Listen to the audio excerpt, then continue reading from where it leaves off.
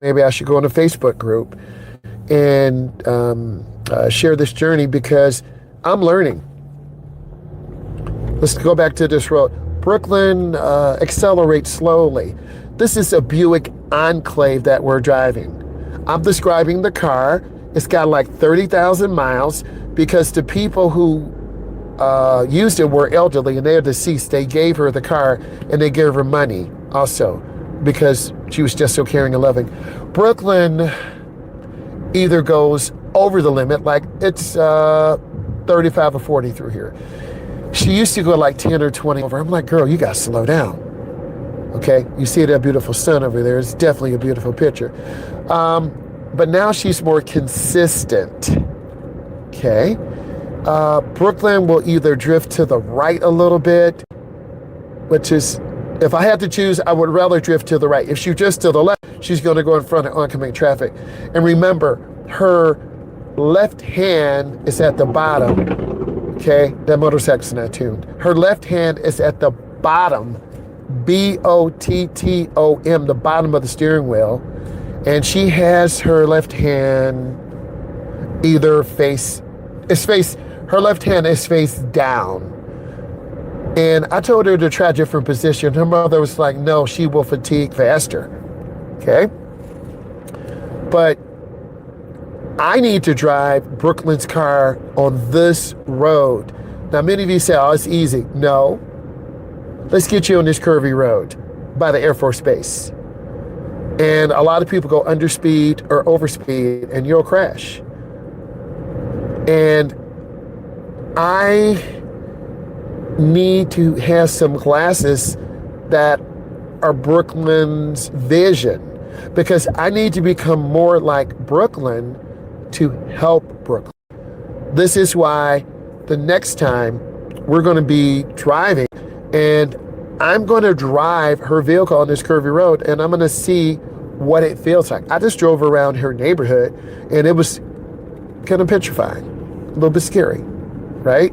She goes a little slow fast sometimes. She's inconsistent. Like this curve, she would start veering to the right. I'm like, girl, slow down. Now, we see the green, and then she would go in slow, like I'm just squeezing the brake and accelerating. Now, I'm pushing the gas. Now, imagine, I'm looking at Brooklyn's face. I'm looking at her like, are you looking where you're going? And sometimes, like, you can see the background, like I'm slowly accelerating. And this is not a fast car. We're almost up to 60. Brooklyn's car accelerates kind of middle. Okay, whoa. Okay, I'm on 75, let me slow down. Can you see the car passing me? Brooklyn has to be able to merge out consistently. I want to show you this. We're in the right lane. She's got to be able to merge out, get up to speed, check her mirror, turn signal, blind spot. And we're holding about 75 miles an hour, okay? And I want to lift my foot. That's kind of how Brooklyn drives. That car up there, she kind of hugs. Okay, now I'm lifting my foot. I'm trying to drive like Brooklyn right now.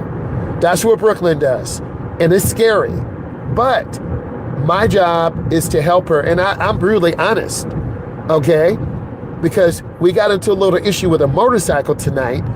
The guy did not have a helmet. We had the green light, but Brooklyn was so slow at turning and processing and accelerating. The motorcycle just cut.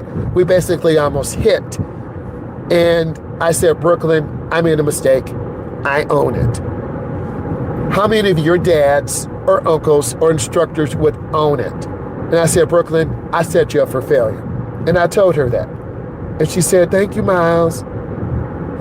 You told me to go. And I laughed. And I said, yeah, you're right. I made a mistake. And I owned it. But that's kind of like this car ahead of us. This car ahead of us, that's how they drive. That's how she drives. She's either hugging the left or hugging the right.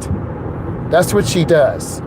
And I don't know if her muscles are getting fatigued. I don't know if she's losing strength because she's driving with one hand. She has to drive with her left hand, and she's left hand dominant. See, no blinkers. Sometimes Brooklyn does that, but that's the easy fix.